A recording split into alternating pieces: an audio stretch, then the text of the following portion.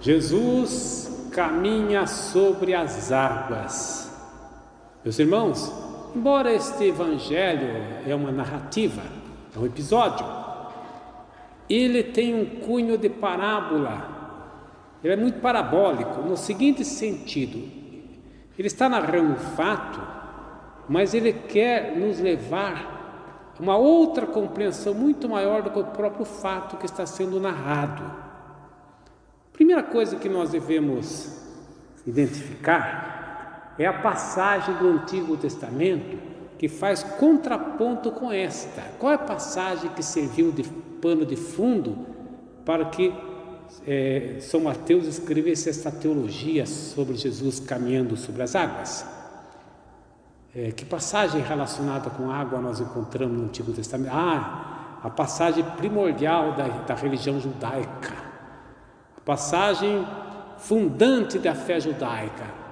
Quem está pensando no Êxodo, a travessia do Mar Vermelho, está correto, pois esta passagem quer apresentar Jesus como o novo Moisés, que ao contrário do antigo, que simplesmente trouxe o pessoal do Egito, terra da escravidão, para uma outra terra, terra de Canaã, o novo Moisés é aquele que vai levar o povo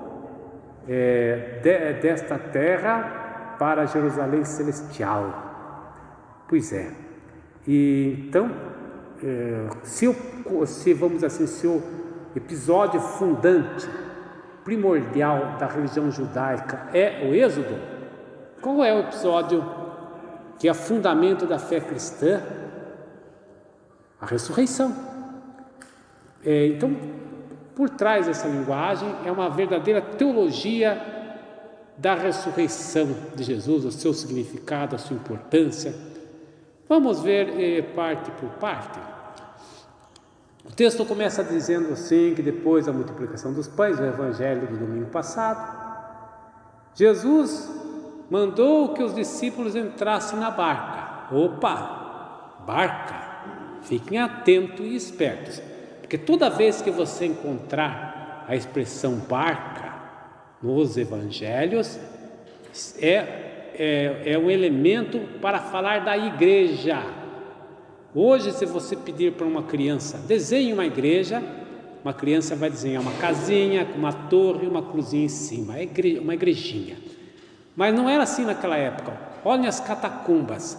Quando eles queriam representar a igreja, eles desenhavam a barquinha de Pedro, com o mastro em forma de cruz e a vela estufada pelo vento, que é o sopro do Espírito Santo. Bom, então, estejam atentos que esse evangelho está falando de igreja também. Aí o discípulo obrigou, diz o texto, que eles entrassem na barca e mandou que eles fossem para o outro lado do mar. Olha só, outro lado do mar. Prestem atenção em duas coisas interessantes aqui, ó. Nós estamos no lago de Genezaré. O outro lago, quando fala assim no evangelho, outro lado do lago, é o lado pagão, é o lado onde moravam os infiéis, é o lado impuro. Os discípulos não queriam de forma alguma ir lá, entenderam? Por quê? Porque era, vamos dizer assim, era muito perigoso para a fé deles. E outra coisa, assim, atravessar sobre o mar. O mar é símbolo da morada do demônio, é o lugar onde mora o Leviatã, morada do mal. E a igreja, então, a barca de Pedro que caminha sobre o mar. Bom, depois diz assim: depois de despedir a multidão, Jesus subiu o monte para orar a sós até altas horas da noite. Bom, Jesus no monte rezando. O que vai nos invocar nessa situação? Que monte que Jesus ficou sozinho? Foi precisamente o monte do Calvário, onde ele ficou no total abandono, mas não ficou totalmente abandonado, porque ele ficou com o Pai, né? O Pai. Então ele está ali em comunhão com o Pai. Então esse texto, quando fala era a noite, a última hora da noite, de 3 da madrugada, hora mais escura da noite, significa a noite sempre está associado com a morte. Esse texto, de certa maneira, essa passagem vai evocar a passagem de Jesus, quando ele morre. Pois é, aí de repente, o que acontece? Eles veem Jesus caminhando no mar. Quando fala mar, lembra sempre o lago de Genezaré, mas o Evangelho fala mar. Bom, depois diz assim: a barca estava longe da terra, eles tentavam ir até a direção de Jesus, mas o vento era contrário. Pois é, aqui a tradução fala, o vento era contrário. Diz assim, ela era agitada pelas ondas. A palavra agitada, por nós, não quer dizer coisa nenhuma, né? Não quer dizer nenhuma. Mas a não ser que está balançando o barquinho. Mas se você pegar lá no texto grego, é um verbo que tem um radical interessante para quem gosta de coisas curiosas. É o verbo que tem a raiz do verbo é uma pedra, basalto. Para que servia essa pedra naquela época no mundo antigo? Era uma pedra que eles testavam ouro. Então até hoje é assim. Você pode procurar na internet pedra de toque. Como que testa o ouro? É uma pedrinha pequenininha. E aí você pega um objeto, por exemplo, um anel, você quer saber se é ouro, você raspa naquela pedra. Depois você pinga algumas gotas de ácido. Se não corroer, é porque é ouro, porque o ouro não oxida. Os outros metais todos oxidam. O ouro é o único metal que não oxida. Não, o único não, né? Eu já tenho paládio, tem outros metais. Mas então, veja você que esse verbo é interessante porque fala de uma provação que a comunidade tem que viver. Ela vai ser testada como a diferença do ouro ao metal vil. Vamos caminhar um pouco mais. Aí diz o seguinte, que então quando eles viram Jesus sobre o mar, eles ficaram apavorados. É um fantasma. Aí está, de certa maneira, vamos dizer assim, o que é o que Jesus tinha já. Quando esse texto foi escrito, gente, tem que pensar sempre nisso também. Já fazia 50 anos que Jesus tinha morrido, quando Mateus escreveu esse texto. A comunidade passa por muitas perseguições e dificuldades.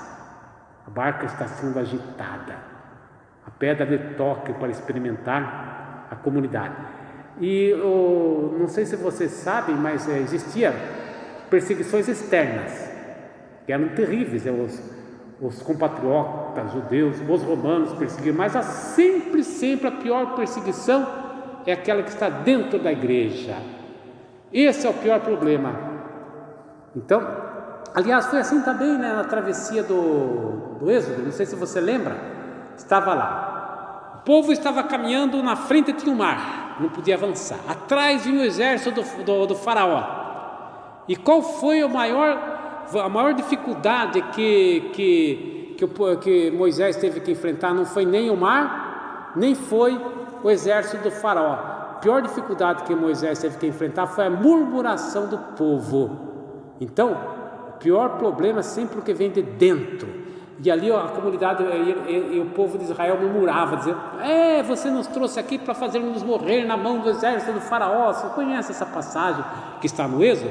Pois bem, sempre é assim. Então a pior perseguição que a igreja vivia era a perseguição interna, por assim dizer, especialmente por aqueles que eram fariseus e tinham se convertido e levaram tudo aquele moralismo pesado que eles tinham por seio da comunidade, aquela brigaiada danada, a comunidade não se entendia.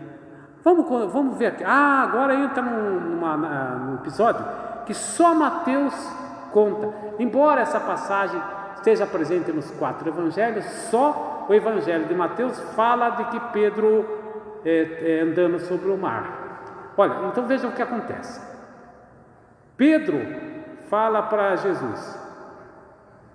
Primeiro vamos lá.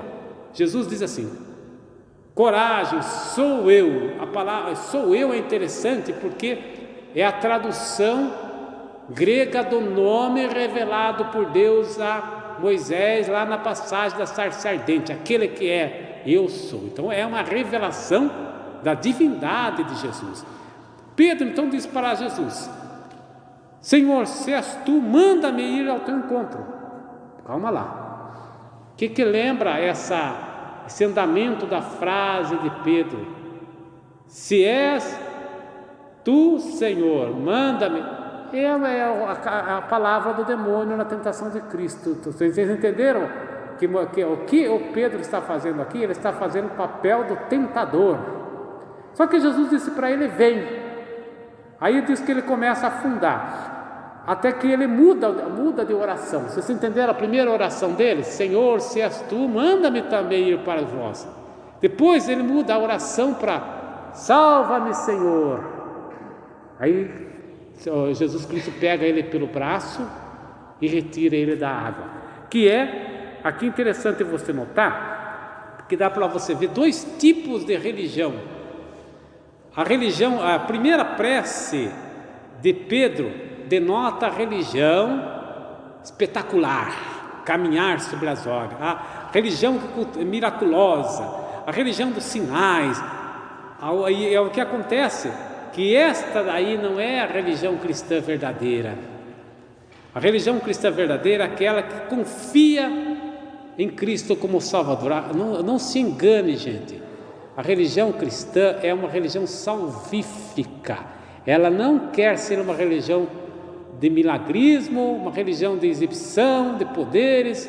É uma religião salvífica. Quando ele muda a oração, aí entram todos no barco. A lição final que é interessante para nós, porque quando eles estão no barco, diz o texto que então faz uma calmaria. Aí é fácil você concluir. Quando Jesus está fora do barco é o problema. Quando a comunidade não tem a presença de Jesus é que é o problema da comunidade. Aí que ela é agitada para tudo quanto é. Mas quando ela está sob a presença de Jesus, tudo toma um novo significado, tudo é calmaria. Então veja vocês que no fato esse texto quer nos ensinar quanto é importante conservarmos a presença de Jesus dentro de nossa comunidade. Amém. Creio